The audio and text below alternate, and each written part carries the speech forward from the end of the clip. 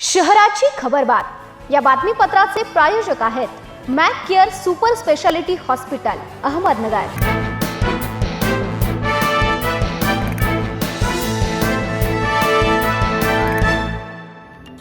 प्रेक्षको नमस्कार, मी दिशा न्यूज 24 सह्याद्रीमध्ये तुमचं स्वागत। पाहूया अहिल्यानगर शहरातील महत्त्वपूर्ण बातम्यांचा आढावा शहराची खबरबातमध्ये।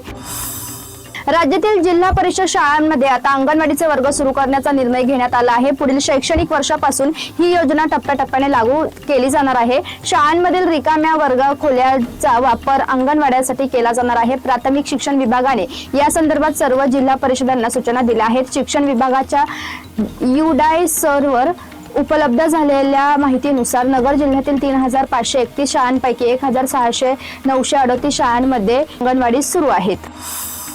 जिल्हा परिषदच्या प्राथमिक शाळांमधील केंद्र प्रमुख पदाच्या परीक्षेद्वारे होणाऱ्या भरतीसाठी येत्या 11 व 12 जूनला पात्र उमेदवारांच्या कागदपत्रांची पाहणी करण्यात येणार आहे। मात्र त्यापूर्वी काही शिक्षक नेत्यांकडून परस्पर या भरतीसाठी जिल्हा परिषद प्रशासनाच्या नावाखाली चाचणी सुरू केल्याची माहिती प्राथमिक शिक्षकांमध्ये आहे। विशेष म्हणजे काही शिक्षक नेते परस्पर शिक्षण विभागाच्या नावावर हा प्रकार करत असल्याने भरतीतील पात्र उमेदवारांची अडचण वाढली आहे।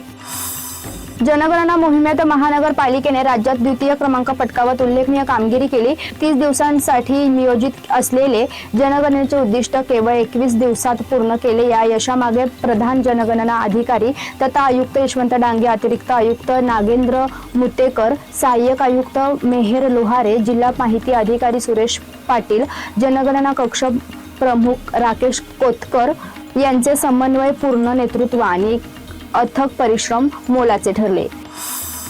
नेप्ती येथील कांदा मार्केटमध्ये कांद्याच्या गोण्यांमधून कांदे काढण्याच्या कारणावरून झालेल्या वादाचे रूपांतर मारहाणीत झाले। या घटनेत एका शेतकऱ्याला दुचाकीच्या चैनने डोक्यात मारून जखमी करण्यात आले असून नगर तालुका पोलीस ठाण्यात चौघांविरुद्ध गुन्हा दाखल केला आहे। जखमी देविदास नागरे यांनी सोमवारी सायंकाळी फिर्याद दिली आहे। गंगाधर नागरे व 3 अनोळखी विरोधात गुन्हा नोंद करण्यात आला आहे।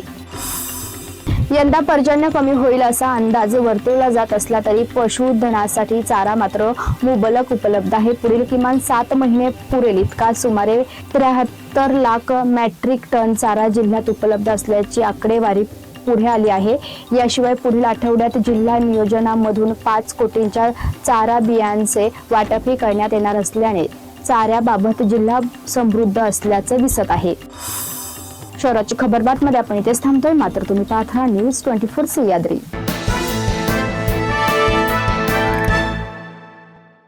या बातमीपत्राचे प्रायोजक होते Mac Care super speciality hospital Ahmednagar.